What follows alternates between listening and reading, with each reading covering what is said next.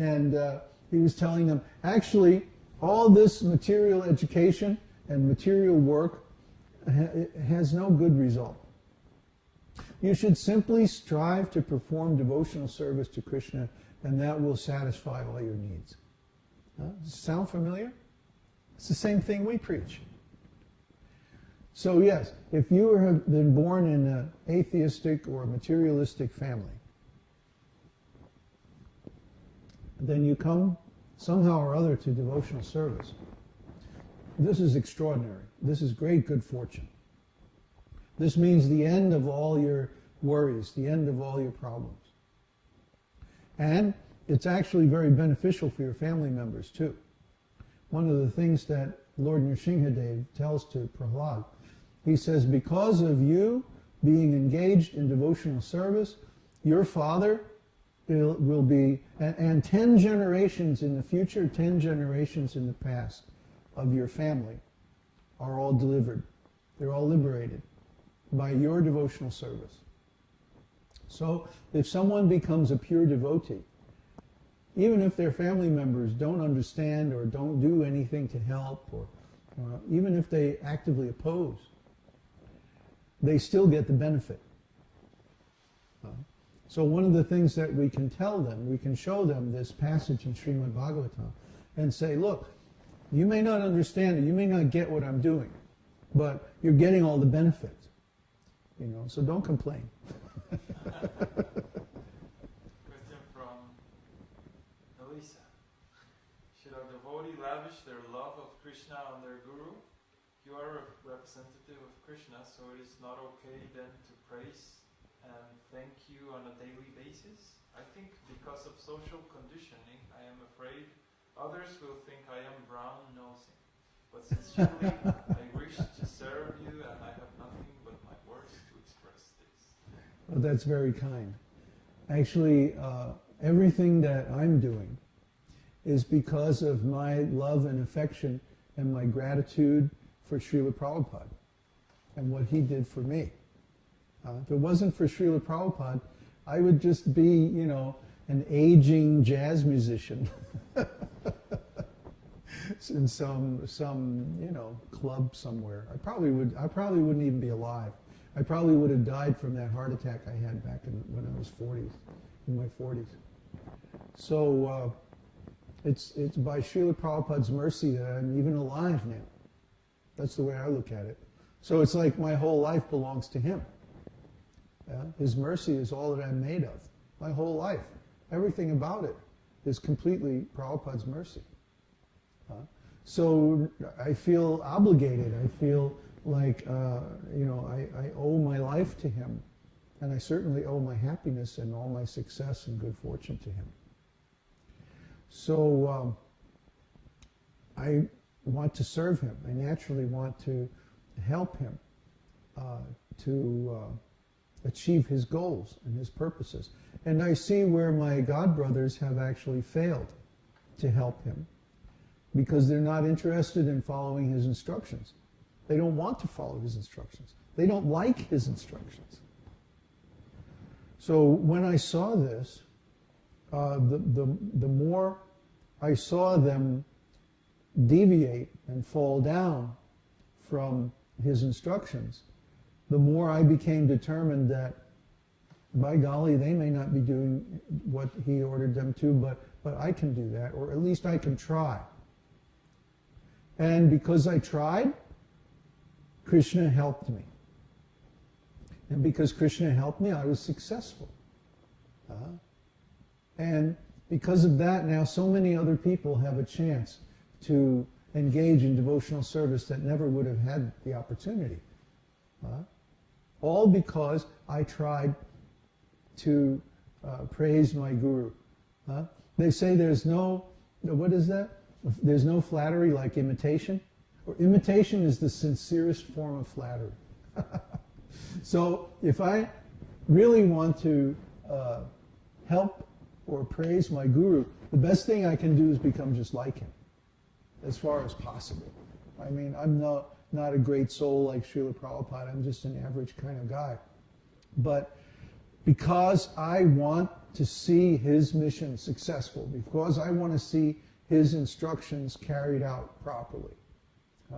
I mean, if Prabhupada's instructions were actually implemented, everyone in the whole world would benefit so much.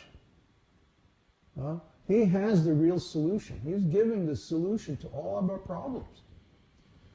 So if we just follow his instructions, everyone will benefit so much that, I mean, how can we just sit around and, I couldn't just sit around and see them neglected. I had to do something. Like if you see nobody's being the man, then you be the man. Kapila Dev Prabhu told me that saying. Nobody's being a man, you be the man. So I saw none of my godbrothers were actually ready to follow Srila Prabhupada's instructions. So, okay, I waited for a long time. Really, I put this off for years. Maybe somebody else is going to do it, Well, maybe not. Maybe I have to do it. Nobody else is going to do it, then it's up to me, I guess. Okay. But now I'm going to do it my way. I'm not going to do it their way. I had to think the whole thing through from beginning to end. How this Krishna consciousness movement is presented, how it's implemented, what are the different methods, what are the different means, how the whole thing is working. I had to figure out how this thing is working. Just like if you come across a car and the car is broken, the car is not going anywhere. You can't just start like changing the tires and doing all this stuff. You have to diagnose what the problem is first. Or who knows, you might be just wasting your effort. So I see so many devotees who have good intentions that, we want to, preserve or rescue or help or revitalize Srila Prabhupada's movement. But they haven't taken the time to think things through, to see how it really works. They haven't diagnosed the problem, so how can they implement a solution? We took the time and analyzed everything very carefully, and we understood what went wrong. And then we corrected the problems and adjusted the presentation to meet those needs.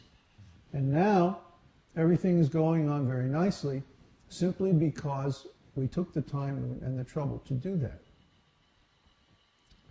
So I am praising Srila Prabhupada with every move I make, with everything, every word I say, with everything I do, because I'm following his instructions. So if you really care, if you really want to express your gratitude or your praise or whatever, then follow our instructions. That's the real praise of the Guru. I mean, it's very nice if you want to learn how to say the Guru Pranam prayer and like that. That's very nice. But if you really want to please me, then follow the instructions. Do the needful, especially. Just if you see a need, fill it. You don't even have to ask me, just do it. And that will be the best praise that you could offer your spiritual master. Question from... Could you build up the fire? Question from Luciano. Luciano! Hey! I remember him. But what happens to a family member that offends the pure devotee? Does this not generate bad karma? Bad karma ain't the word for it. Offenses to the spiritual master are very, very dangerous. If a person offends a pure devotee, then they won't have a chance to engage in devotional service for many, many, many births. Try to understand what offenses do. Offenses block our receiving the results of our devotional service. So even if a person performs devotional service, but they create some offense, then the results of that devotional service are postponed until they correct the offense. See? There are 10 offenses against the holy name. But there are many, many offenses against Krishna, and especially in deity worship, there are many offenses. But the worst offense of all is to offend the pure devotee or the spiritual master. Because then, until you put that relationship back in the correct way, you can't get the results of the devotional service that you already performed. They're blocked. Huh? It's just like if you want to give somebody something valuable. Huh? Here's some gold. Huh? And they're carrying a big bag of rocks. Oh no, I can't take your gold. I have my hands full of rocks. You see? Why not drop your rocks and take the gold? Oh no, my rocks are very important to me. You see? This is what's going on.